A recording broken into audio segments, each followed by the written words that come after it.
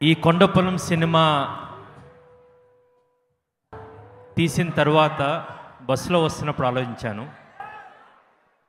నేను కృతజ్ఞతలు చెప్పాల్సిన మొట్టమొదటి వ్యక్తి శ్రీ పవన్ కళ్యాణ్ గారు.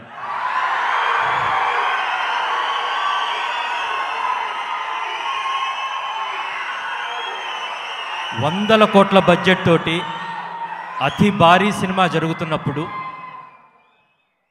మధ్యలో కొంత విరామం వస్తే ఒక సినిమా అనివార్య కారణాల వల్ల ఆర్థిక కార్యాలు కావచ్చు, చాలా రోజులు పనిలేనితనం కావచ్చు, ఇలా వెళ్ళి ఒక సినిమా చేసి వస్తామండి అంటే ఆయనకి హీరో ఎవరో తెలియదు, ఈ పుస్తకం మాత్రం తెలుసు, కొండపొలం అనే పుస్తకం.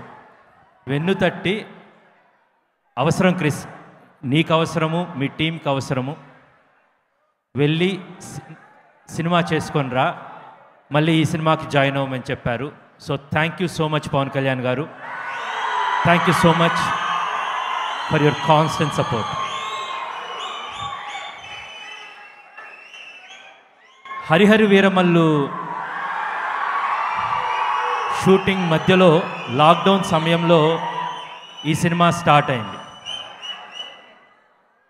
అసలు పవన్ కళ్యాణ్ గారు అనుమతించకపోయినా, ఏఎం రత్నం గారు అంగీకరించకపోయినా, దర్శకులు సుకుమార్ గారు, ఇంద్రగంటి మోహన్ కృష్ణ గారు ఈ నవలని నాకు పరిచయం చేయకపోయినా,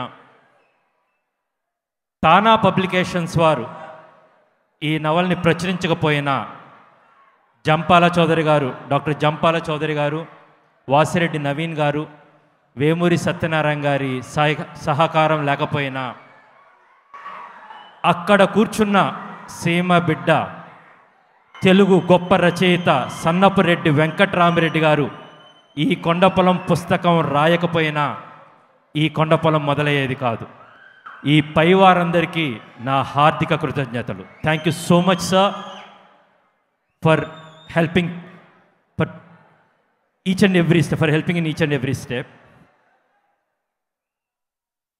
ఈ సినిమా అనేక ఒడిదుడుకులు, నేను నా స్నేహితుడు రాజీవ్ రెడ్డి గారు చదువుకునే కాలం నుంచి కళలతోటి అమెరికాలో ఉద్యోగాలు వదిలిపెట్టి ఇక్కడికి వచ్చాము. అనేక ఒడిదుడుకులు ఎదుర్కొన్నాము, పడుతున్నాము, లేస్తున్నాము.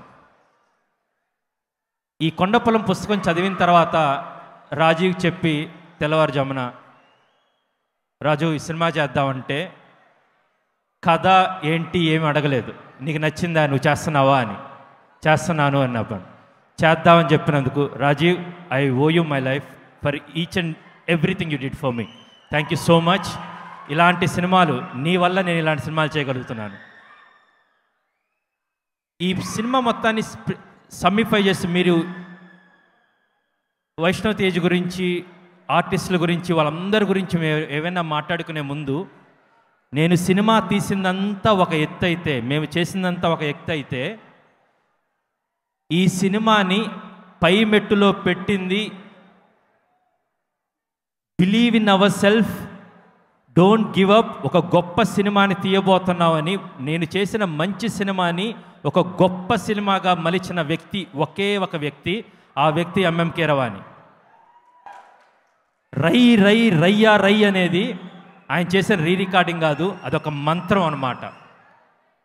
ఆయన ఒక కథలుగా విన్న పాటలో ఒక లిరిక్ రాశారు, నమ్మడం జీవితం, నిన్ను నువ్వే నమ్మటం జీవితం అని. అదేవిధంగా సిరివెన్నెల సీతారామ శాస్త్రి గారు ఒక పాట రాశారు, ఎత్తు తల ఎత్తు అని. అందులో ఆయన మాటల్లో చెప్పాలంటే, ఈ సినిమా సారాంశం మొత్తం ఆయన మాటల్లో చెప్పాలంటే, పడదోసే సంద్రపు నీలం, ఎగదోసే గగనపు నీలం, అలసిందా ఎగసిందా అల లాంటిదే కాదా నీ తల అన్నాడన్నమాట.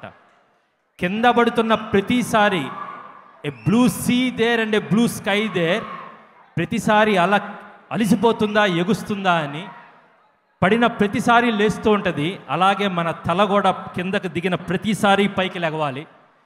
ఇంత గొప్ప సాహిత్యాన్ని ఇచ్చిన శాస్త్రి గారికి ధన్యవాదాలు చెప్తూ, కొండపొల పుస్తక సారాంశం, ఆత్మన్యూనతాభావంతో ఉన్న వ్యక్తి రవీంద్ర అనే ఒక క్యారెక్టర్, అతను ఎలా ఎంత సాహసోపేతమైన ఘట్టంలో అతను వెళ్ళి ఎలా తను సాధించుకోవడానికి ఒక గొప్ప కథని రాస్తే దాన్ని ఒక అందంగా చిత్రీకరించాము. And I have to thank each and every one of our actors. నేను పేరు చెప్పి ఆడియన్స్ టైం వేస్ట్ చేయకన్నా, వైష్ణవ్, నేను రకుల్ దగ్గర నుంచి తన డిసిప్లిన్ దగ్గర నుంచి చాలా నేర్చుకున్నాను. నీ దగ్గర నుంచి ఎదుటి వాళ్ళ దగ్గర నుంచి ఎలా నేర్చుకోవాలో నేను నేర్చుకున్నాను. నువ్వు ఒక చాలా గొప్ప వ్యక్తిత్వం నీది. నువ్వు ఇలాగే నీ 100 సినిమాలు 100 సంవత్సరాలు ఇలాగే ఉంటూ ఒక గొప్ప నటుడిగా ఒక గొప్ప వ్యక్తిగా ఉంటావని ఆశిస్తున్నాను.